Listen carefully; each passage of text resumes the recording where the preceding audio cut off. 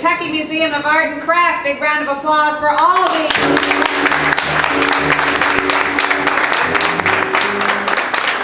Aldi, come on up here for just a moment. I'm Barbara. Little sound effects there.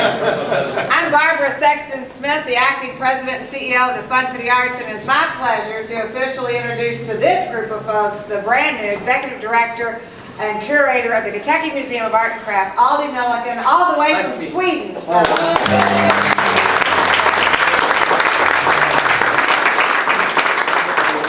And also with me this evening is Lisa Siebert, president of NABO, and Devon Holt, who is a board member at the Fund for the Arts Board of Directors, as well as special business liaison for the superintendent of the Jefferson County Public Schools. They are your official hosts this evening.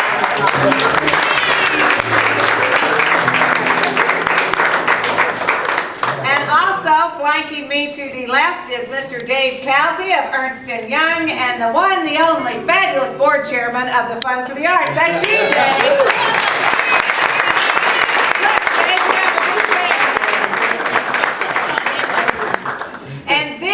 The last minute we were able to get Michael to rearrange his life and his schedule at Republic Bank and join us, and Michael's going to share a few words what it means to be one of the first funding match partners for Power to Give.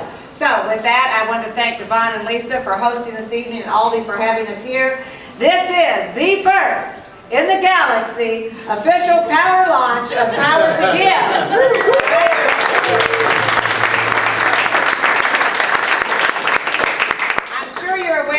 Know that this is a project that was developed and formed by our peer group in Charlotte, North Carolina, and launched there August 29th, and they've raised in excess of $200,000 in a very short period of time.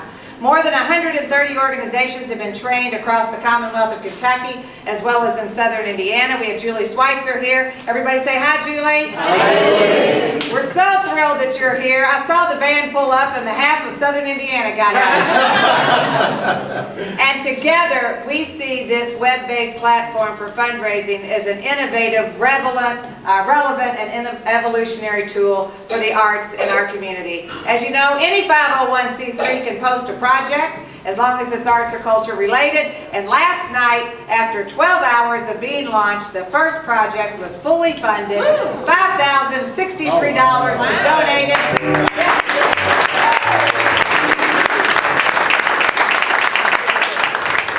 And that is for a facelift, Jennifer, of the lobby of the Shelby County Community Theater.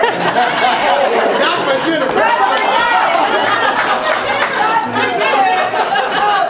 God love her. Everybody, Jennifer Beilstein looks lovely. Our director of Actors Theater stopped by tonight, and knowing she's going to preview Christmas Carol in a couple of minutes. So thank you for being here. All right. So we are thrilled that you've come here to help us launch this, and I wanted to let our folks up here say a couple of words. They're telling me I have to be at Caviar Forge Gallery in about 1 minute and 13 seconds.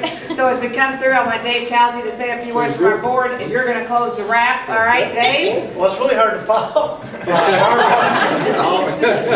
So I'll make this real short. Innovation. One of the things that when Barbara and I went down this path and I became chair of the Fund for the Arts was we're going to be innovative, we're going to do different things, and this Power to Give, I got to tell you, it's really going to blossom. It's going to exceed our expectations. It's going to allow folks to raise dollars that, quite frankly, wouldn't have existed a year ago. So we're really excited about it.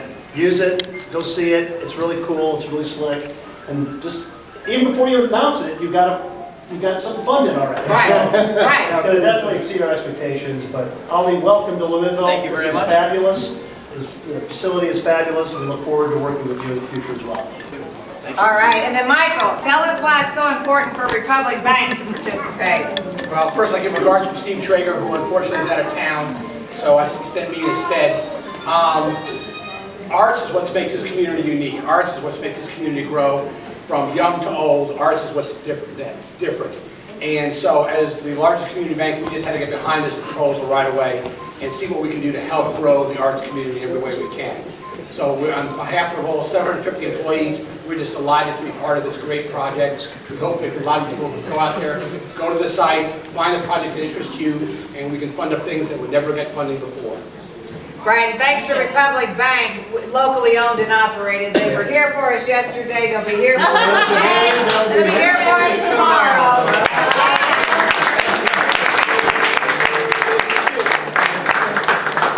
And they're here for you because every dollar contributed on Power to Give to a project will be funded by Republic Bank, as well as, I'd like to ask Lori Meadows, if Lori, would you come on up? I want to surprise you here.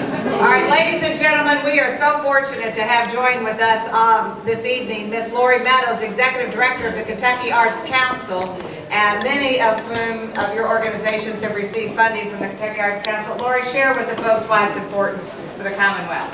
I think this is great. I mean, it's an opportunity for some of those smaller projects to be funded.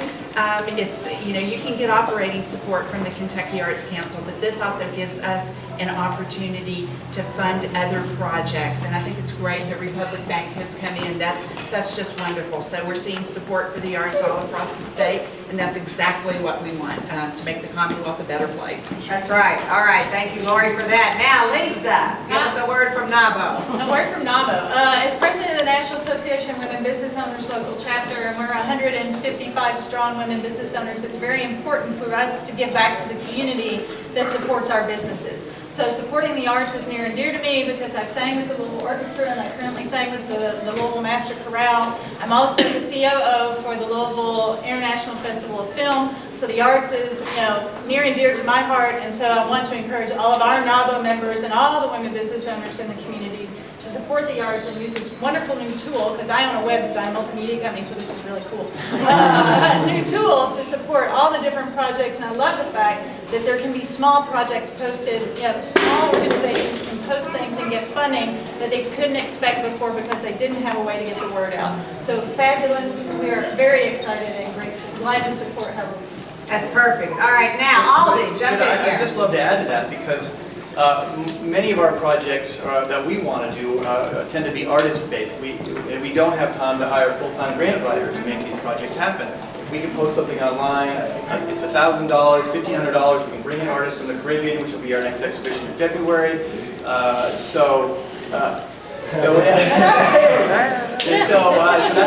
going to be a great show, but if we want to bring an artist here, it has to be fast and efficient because we don't have much time to pull it off. So I'm really excited about using this tool. Right, you could have raised that in the next 45 minutes, probably in this room on Power to Give. Yep, that's right. All right. I'll be online soon. Yeah, all right, very good. All right, Devon, would you like to wrap us up? I'd love to. My name is Devon Holden, and again, I'm with Jefferson County Public Schools and one of the newest board members, Fund for the Arts, and so excited to be part of this campaign because I know what arts mean, particularly to young people. And I say that because I used to be one of these young people. I wasn't particularly in this choir, but I know the work this young man here on the keyboard does with the gray hair. But I can tell you that as a young boy growing up here in this community, I grew up on 39th and Market. And fortunately or unfortunately, however you want to look at it, I was raised in a household that didn't have a lot of funds, but had a lot of love and had an amazing amount of creativity. My neighbors were just like me, and as youngsters, when we couldn't find time or resources to participate in programs that required pay to participate, we created our own arts entertainment. So we had the 39th Street Marching Band. I played the trombone, and Troy Wallace played the trumpet, and Darrell Bradley played the drums, and and 4 or 5 others of us would walk down 39th and Market Street, and we'd play music that we learned along the way. Those were the things that kept us as youngsters out of trouble, believe it or not. And not only did they keep us out of trouble, what we learned later on was they also contributed to enhanced classroom performance. And what we've also been able to do at Jefferson County Public School is make correlation between these young people who participate in these programs and their increased classroom performance as a result of that. And so for me, this is very intentional. My intent is to make sure that these young people stay on a path of productivity, and not only that, but that they excel in the classroom. And I'm convinced that by investing in the arts, particularly the arts program that they participate in, we will all participate in making our community a better place to live, work, and play. So thank you for being here.